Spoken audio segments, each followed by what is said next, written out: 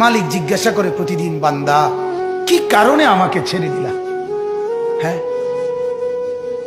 রাত 12টা বাজে তুমি ঘুমায় গেলা, মা ঘুমায় গেল, বাপ ঘুমায় গেল, বিবিও ঘুমায় গেছে, পাড়া পড়শি ঘুমায় গেছে।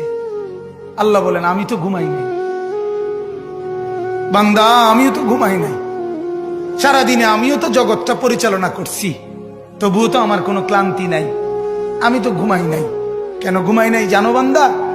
রাতের 2টা বাজে যদি তোমার পেশাব করতে হয়, রাতের 3টা বাজে যদি তোমার দরজা খুলতে হয়, তখন যদি তোমাকে উঠতে হয়, আর আমি যদি ঘুমায় যাই বান্দা, তোমারে চোখ মেলে দিবে কে?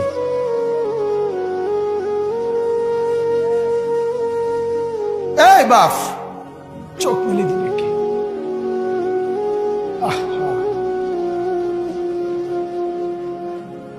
আল্লাহ আমাদেরকে মাফ করুন।